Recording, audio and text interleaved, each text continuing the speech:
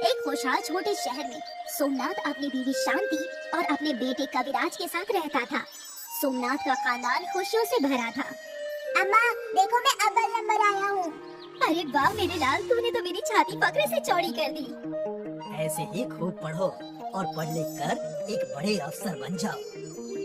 इस खानदान में ना पैसों की कमी थी और ना ही खुशियों की, लेकिन कहते हैं ना, ऊपर वाला पूरा भरा हुआ घड़ा किसी को नहीं अता फरमाता।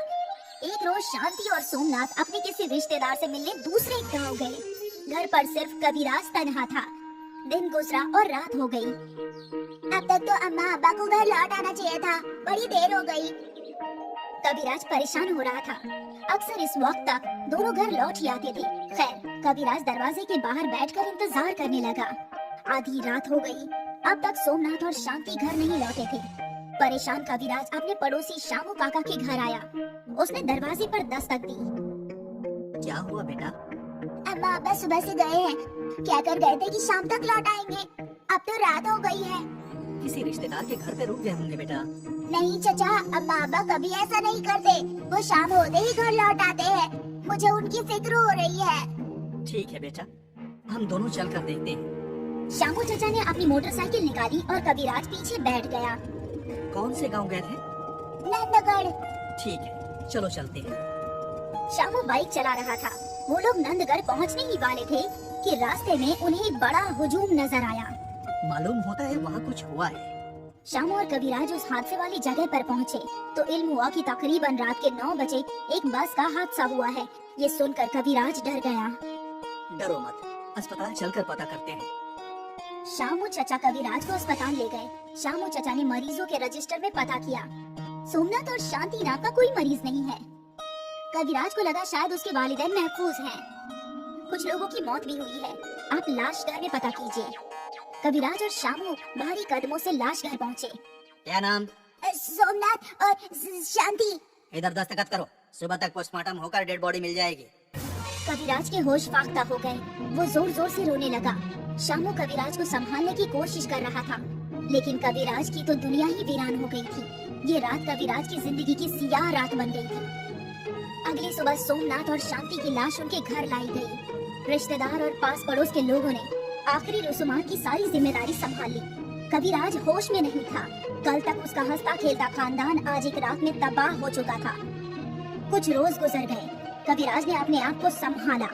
अब वो यतीम हो चुका था। उसे अपने वालिदैन की बहुत याद आती थी।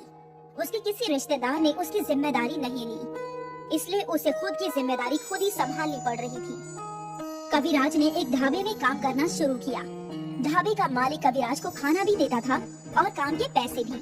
कविराज की जिंदगी तो गुजर रही थी, लेकिन वो खुश नहीं था। क्या फायदा ऐसी जिंदगी का? मेरे पास कोई भी नहीं है। कोई मेरे साथ बात नहीं करता, कोई मेरा ख्याल नहीं रखता, कोई मुझे प्यार नहीं करता। ऐसे जिंदा रहने से अच्छा तो मर जाना ही बेहतर है। मरने के ख्याल से कविराज पहाड़ के ऊपर चढ़ गया। वो कूदने ही वाला था कि उसके सामने एक बेबी हाजिर हुई। ऐसा मत करो कविराज। क्यों ना करूं? मेरी जिंदगी में अब बचा ही क्या है? मेरा ख्याल रखने वाले मेरे वालिदैन को भी मुझसे छीन लिया गया। अब तो मुझे खाने के बारे में भी सोचना पड़ता है। कविराज, मैं तुम्हें तुम्हारे वालिदैन को लौटा नहीं सकती, लेकिन तुम्हें एक नेमत अता फरमा सकती हूँ। सोच समझकर नेमत मांगो। कविराज सोचने लगा। मुझे मेरे रिश्तेदारों और गांव वालों ने इसलिए नकार दिया क्योंकि मेरे पास पैसे नहीं है। मैं ऐसा कुछ मांगता हूँ जिससे मेरे पास पैसे ही पैसे हो और सभी लोग मेरे साथ रहे। देवी, आप मुझे ये नेमत दीजिए कि मैं जिस चीज को भी सोने की बनाना चाहूँ वो बन जाए। ऐसा ही हो। देवी माँ कविराज को नेमत अता कर चली गई। अब कविराज खुश था। उसे लगा कि शायद अब उसकी जिंदगी बदल जाएगी। सारे लोग उसे अपनाएंगे। कविराज अपने घर के बाहर पहुंचा। सबसे कबल इस घर को ही सोने का बना देता हूँ।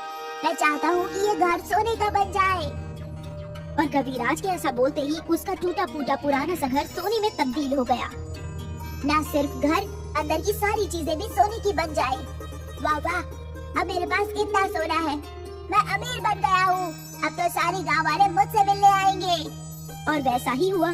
कविराज का सोने का घर लोगों की आंखों में चमकने लगा और कुछ ही देर में कई लोग कविराज के पास आए। अरे बेटा, ये सब क्या है?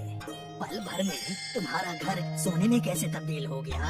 अरे चचा, मुझे नेमत हासिल हुआ है, मैं जो भी चाहूँ उसे सोने में तब्दील कर सकता हूँ। ये सुनकर लोग आपस में सरगोशी करने लगे। अगर ऐसा है तो हमें तुम्हारी नेमत का इस्तेमाल पूरे शहर की भलाई के लिए करनी चाहिए।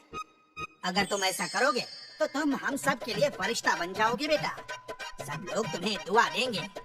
लेकिन मुझे करना क्या है? पूरे शहर को सोने का बना दो, सबकी गरीबी मिट जाएगी और सबकी तरक्की होगी बेटा। ठीक है चचा, मैं चाहता हूँ कि मेरा ये पूरा शहर सोने का बन जाए। कविराज ने ऐसा कहा ही था कि धीरे धीरे पूरा शहर सुनहरा होने लगा। ये तो कमाल हो गया। शुक्रिया बेटा, बहुत बहुत शुक्रिया। लोग खुशी खुशी अपने घर की जानिब बढ़ गए। सब लोग बेहद खुश थे। सोने का घर, हाँ, हम तो अमीर बन गए। हे भगवान, ये तो स्वर्ग है। सब लोग सोना देखकर खुश थे, सिवाय एक ज़ईफा खातून के। वो ज़ईफा खातून मायूस होकर कविराज के पास आई। ये तूने क्या कर दिया बेटा? मैंने तो बस सबकी मदद की है। नहीं बेटा, ये देख, पानी भी सोना बन गया है और खाना भी। हम इंसान हैं, बगैर खाना और पानी के कैसे जिएंगे? ऐसे तो ये पूरा शहर बर्बाद हो जाएगा। ये तो मैंने सोचा ही नहीं। मुझे लगा कि मैं लोगों की मदद करूंगा तो लोग मुझे प्यार करेंगे, इसलिए मैंने पूरे शहर को सोने का बना दिया। अब सब कुछ कमरे की मानिंद कर दे बेटा।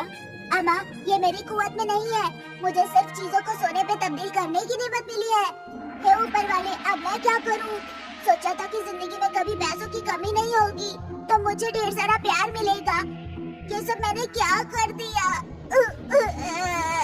वो ज़ईफा खातून उसी बीवी में तब्दील हो गई। तुम्हें अपनी गलती का एहसास हो गया कविराज। जिंदगी में पैसों से ज्यादा प्यार और सहारे की जरूरत होती है। अब मैं अपनी नेमत तुमसे वापस ले रही हूँ। ये शहर भी पहले की मानिंद हो जाएगा और मैं तुम्हें बरकत देती हूँ कि तुम्हें जिंदगी में हमेशा प्यार और सहारा हासिल होता रहे। तुम्हारी जिंदगी हमेशा खुशियों से भरी रहे कविराज। कविराज ने देवी को प्रणाम किया और वो गायब हो गई। सब कुछ कब्ल मानिंद हो गया। सब लोग हैरान थे, सिवाय श्यामू काका के। बेटा, मेरी कोई औलाद नहीं है, तो मेरे फर्जंद की मानिंद है। अगर तुझे मंजूर हो तो मैं तुझे गोद लेना चाहता हूँ। कविराज की आंखों में आंसू आ गए। उसे जो प्यार और सहारे की जरूरत थी वो उसे हासिल हो गई। कविराज को खानदान हासिल हो गया।